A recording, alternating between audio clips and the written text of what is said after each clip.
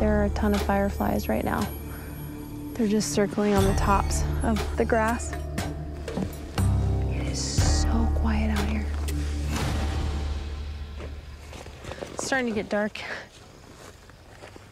This experiment was a complete bust.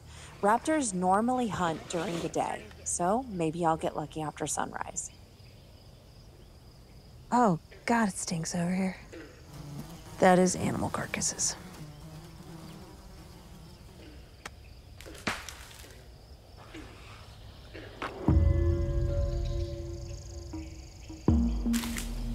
Where the hell is that sound coming from?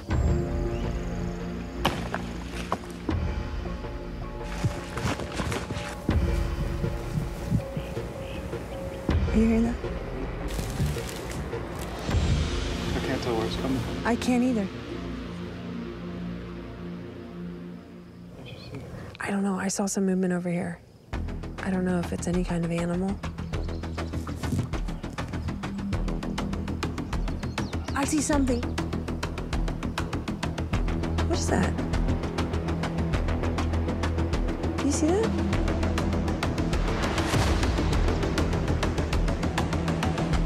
What is that? Is that a wing?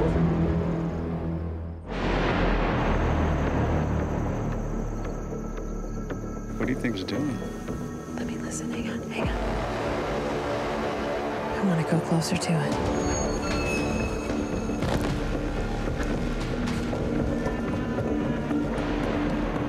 I don't know. It could have flown away. I think whatever was here is gone. I think we encroached on it. God dang it. Personally, I feel like this was a failure. I really believe that I had something in the tree, but unfortunately, I do think that I may have scared it away from this area.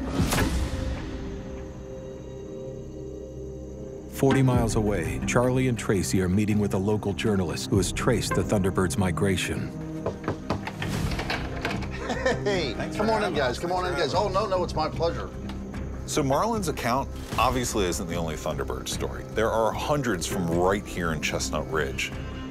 And we've already spoken to bird experts. So Tracy and I are going to meet up with a Thunderbird expert. You may have a seat, stand, or whatever you may like. My name is Ron Murphy, and I'm a local author and researcher who have lived in the shadows of the Chestnut Ridge for my entire life. And I've been researching the Thunderbird and writing about such things for about 35 years.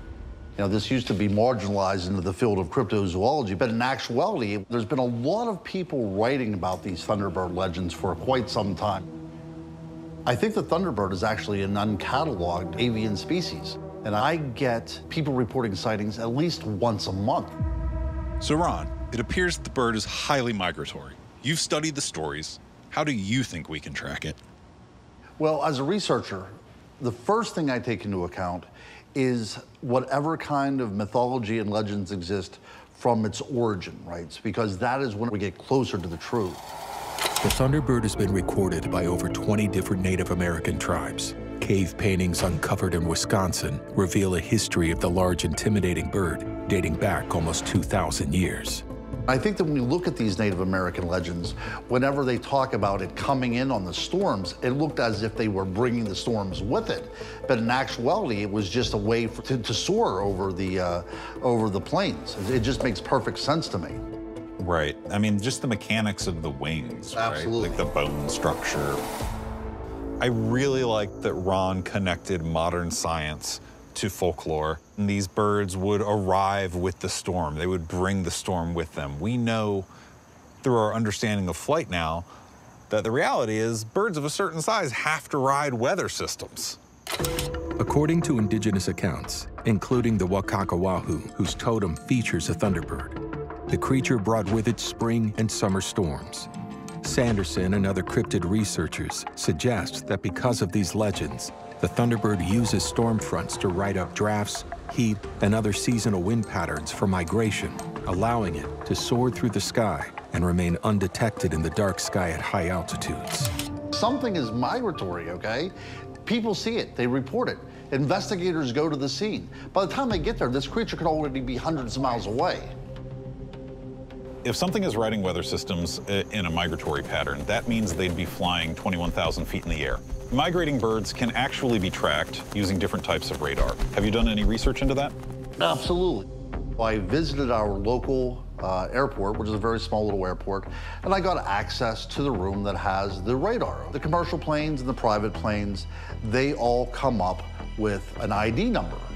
And it was curious because there were other things coming up on the computer that were not labeled.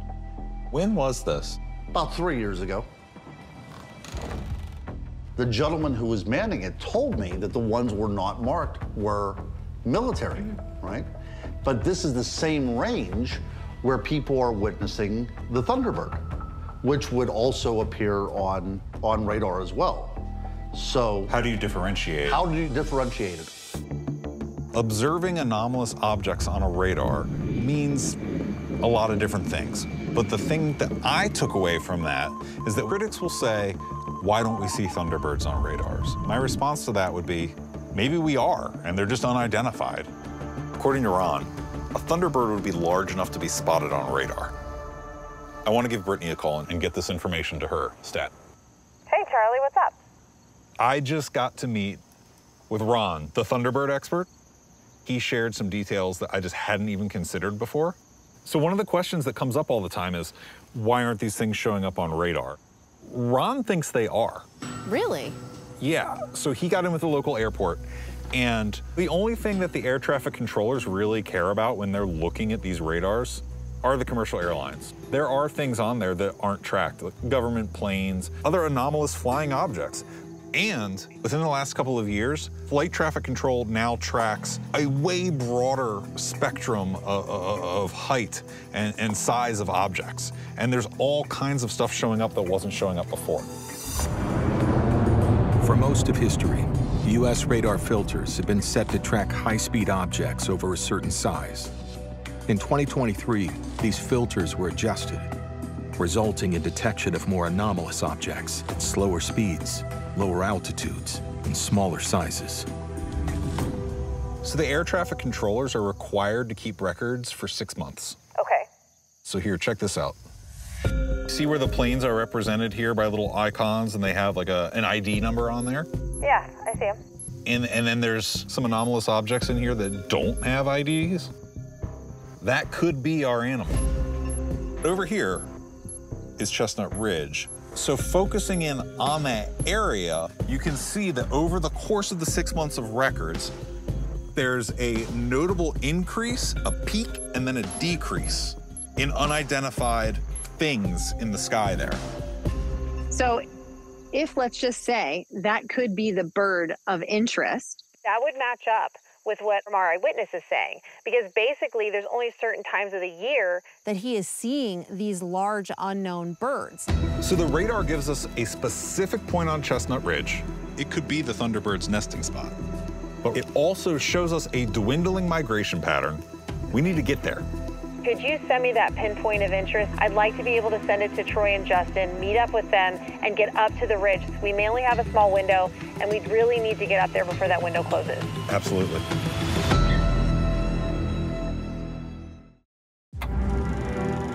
In the westernmost escarpment of the Alleghenies lies Chestnut Ridge, a rugged expanse stretching some 90 miles, a formidable range of sharp cliffs. This is a land of low mountains and forests, and it is from here that the most startling reports of the presence and passage of modern thunderbirds comes. This ridge was really important to Ivan Sanderson's work when he was here doing research. He had the whole Chestnut Ridge line circled. But according to the radar that Charlie showed me, they're flying over this specific path on Chestnut Ridge, but the activity seems to be dwindling. If they're migrating, that period is ending. Using the flight path coordinates from Charlie's radar data, the unidentified objects on the radar circle near the ridgeline above the Choctaw farm. Charlie's found a possible nesting location for these birds. We have a long range to cover. We got a lot of steep rocky cliffs because I got this big bad boy right here. I'm gonna be able to get wherever we want to get with that, and then I can click it from regular imaging to thermals. As long as we get to the high point, I can send this bad boy out, and then we can look for the nesting that we need.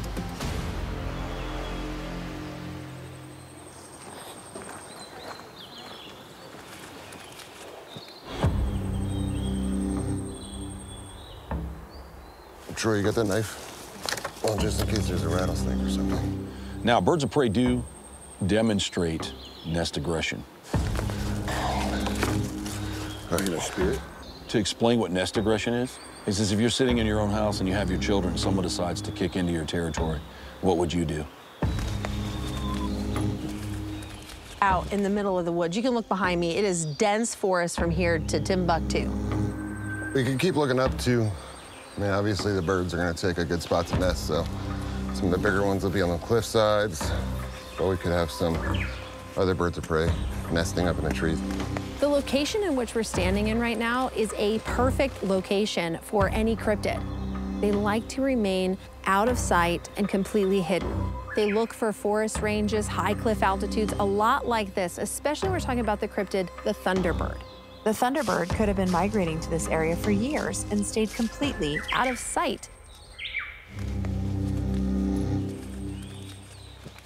Here we are, right through here. It runs all the way this way and all the way out there. If you want to put your bags up, I'm gonna go down. We'll go look for some nooks and see if there's anything nesting. We're gonna be looking for all kinds of evidence. Bird activity, what's in the area, and then also just the remnants of birds, whether it's old nesting or the regurgitated pellets. Go through it, see what the birds around here are eating, or see if we can find anything strange located on the ridge. I mean, rodents poop a lot. So this is from Alvin, Simon, and Theodore. Chipmunks out here hanging around. So it gives us a good sign that we got plenty of food around. Even though I don't see any signs of birds nesting here, this general location might be a good spot to search.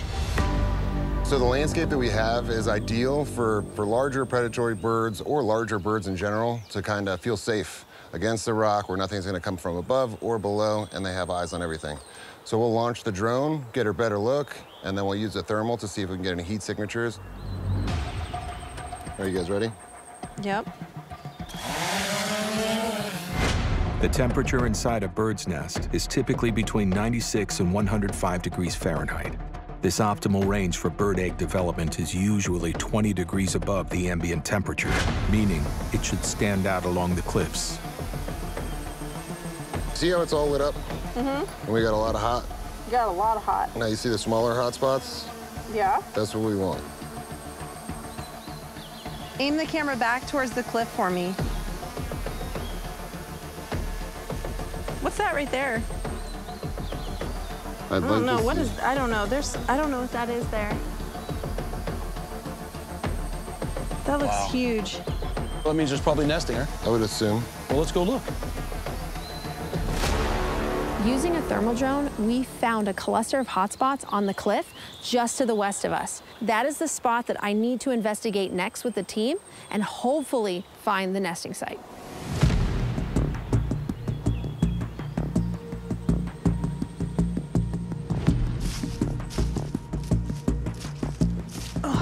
Oh my gosh. Let me see if I can... Hey, be careful. Oh, it goes down pretty far. Careful, Jay.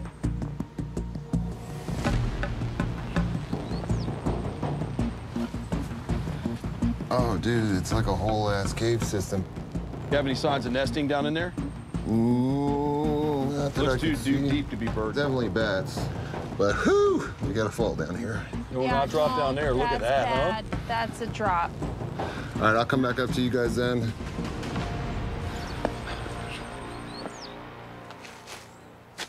Look at this. It's a pellet. Carnivorous birds eat their prey whole, but their digestive systems are not capable of breaking down the bones and tougher pieces of their kill, so they must regurgitate the remains into a solid form, known as a pellet. All right. Yeah. So we'll dissect this. All right, so it ate a snake. That's an eye socket right there. See a little raised brow. And this would be the rest of the skull right here, so the eyes on this side. That's really cool. And I can't say for sure because it's just a pellet, but if I had to bet my bottom dollar, I would 100% go for a vulture. This is a small pellet. Doesn't match the bird we're exactly looking for, but we could probably look along the side and we might be able to find some more. Now, they only do it once or twice a day, and that might have been his one.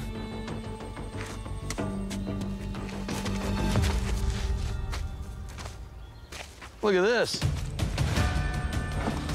What is that? Oh my God. Look at that, it's dirty. Wait, let me see.